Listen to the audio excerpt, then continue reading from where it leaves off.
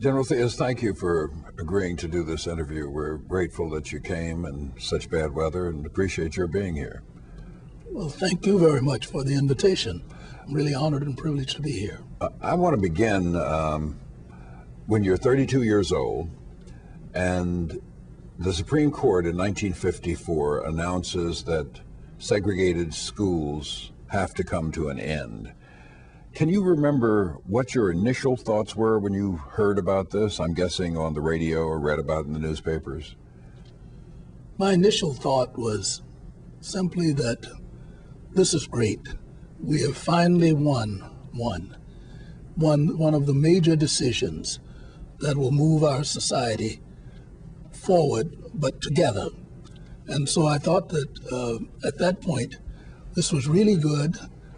Did not expect any immediate major adverse reactions, if you will, in the community. But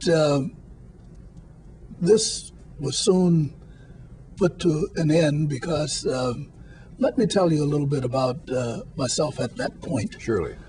At that point, I was working in the Pentagon, relatively new arrival there, a very junior person, one of the minority, and I use that in the sense of numbers rather than of races. A very small number of us were there in the Pentagon. So understandably, my entire unit was all white, and I had I thought, a very important job. In any case, the first thing that came to mind that, well, we've won this one, we'll move ahead peacefully to get the schools integrated. We will not have any problems with that whatsoever.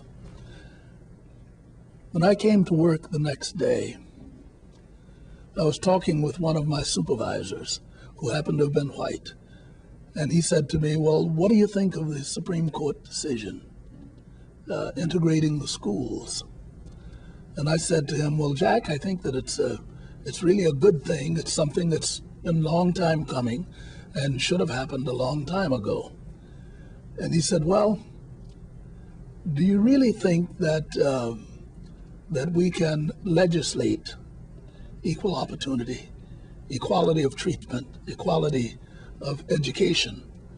Because if you think back, for many years we have had separate schools for people like you and people like me. And so we engaged in not a heated debate. We discussed the relative merits of this sort of thinking, the fact that the separate but equal doctrine certainly had not proven to be correct, that it was certainly had to the great disadvantage of minority people and so forth. But he was a Southerner, and he felt very strongly that this ruling should not have come down from the courts. He felt that the courts were intervening in an area where they should not be.